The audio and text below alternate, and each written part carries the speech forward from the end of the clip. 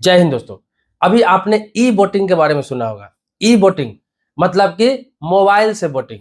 अगर मोबाइल से वोट पड़ने लग जाए तो कितना आसान होगा ना कि हर व्यक्ति अपने घर से ही वोट दे पाएगा। इसके अलावा जो व्यक्ति जहां है वहीं से वोटिंग कर पाएगा। किसी को बूथ पर धक्का नहीं खाना पड़ेगा। यहाँ तक कि कोई व्यक्ति आलसी था, पहले नहीं जाना चाहता था, ये व्यक्ति कोई काम के बहाना करके नहीं जाना चाहता था, या कोई व्यक्ति ऐसे है कि मन नहीं है, वोट देकर क्या होगा वो नहीं जाना चाहता था, विकलांग है, बुजुर्ग है, गर्भवती महिला है, नहीं पहुंच पाती थी बूथ पर और वोटिंग नहीं हो पाता था। इसको सरल बनाने के लिए ई वोटिंग का प्रक्रिया लाया गया। इसके द्वारा क्या होता है कि आप मोबाइल से वोट गिरा सकते हैं। अभी इसका एक्सपेरिमेंट किया गया है बिहार निकाय चुनाव में। इसमें क्या हुआ है कि ई वोटिंग कराया गया है और ई वोटिंग में जिसका रजिस्ट्रेशन था उसमें 70% लोगों ने ई वोटिंग के द्वारा हिस्सा लिया। इसके अलावा बूथ पर जाकर लोग वोटिंग किए। राउंड फिगर में सारा वोटिंग 62 से लेकर 65% तक रहा। तो आपको बताओ, ई वोटिंग कराने से बहुत ही आसान हो जाता है, बहुत कम लोगों को वोट छूटने की संभावना होती है। अब बता दूं कि बिहार राज्य चुनाव आयोग ने ई वोटिंग की व्यवस्था इसलिए लाया है कि एक तो एक्सपेरिमेंट हो जाएगा, दूसरा क्या है कि ये पता चल जाएगा कि लोग ई वोटिंग में किस तरह से हिस्सा लेते हैं, इसका प्रक्रिया क्या है।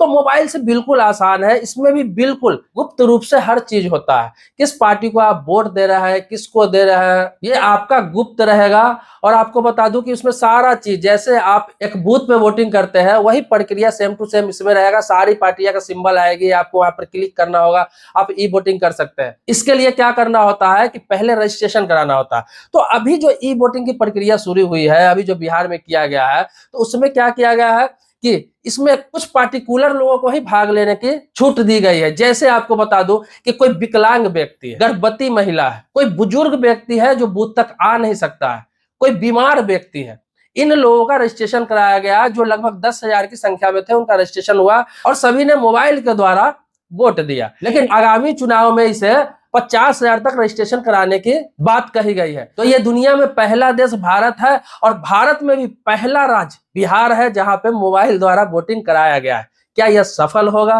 क्या इसमें गड़बड़ी नहीं होगा? क्योंकि ईवीएम पर जब सवाल उठाए जा सकते हैं तो क्या आपको लगता है कि मोबाइल से वोटिंग होगा तो इस पर सवाल नहीं उठेगा? क्या आगे आने वाले विधानसभा चुनाव में ई वोटिंग कराना सही रहेगा या फिर लोकसभा चुनाव में ई वोटिंग कराना सही रहेगा या फिर इन निकाय चुनाव में ही एक्सपेरिमेंट करके छोड़ देना सही रहेगा? आप कमेंट बॉक्स में जरूर लिखेंगे। क्योंकि ईवीएम पर जब इतने सवाल उठते हैं तो मोबाइल से वोटिंग करने में कितने सवाल उठेंगे। लोग तरह तरह के सवाल उठाएंगे, विपक्षी पार्टियां सवाल उठाएंगी और देखा जाए तो कभी कभी तो लोगों के पूरे मोबाइल हैक हो जाता है एक लिंक के सहारे।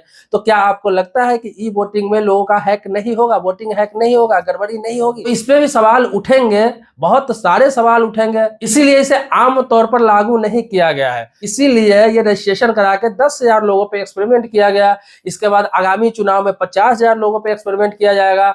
अगर सफल रहा, कोई विवाद नहीं हुआ, कोई सवाल नहीं उठा, सारे चीज सही रहे, तो हो सकता है कि आने वाले समय में ये सबके लिए लागू कर दिया जाए। सबके लिए मतलब सारे चुनाव में। लेकिन ये आम तौर पे लागू नहीं किया जा सकता। ये कभी भी किया जाएगा तो इसी प्रकार से विकलांग व्यक्ति के लिए, गर्भवती महिलाओं के लिए, बीमार व्यक्ति के लिए या फिर बुजुर्ग व्यक्ति के लिए, इन्हीं लोगों के लिए लागू किया जा सकता है।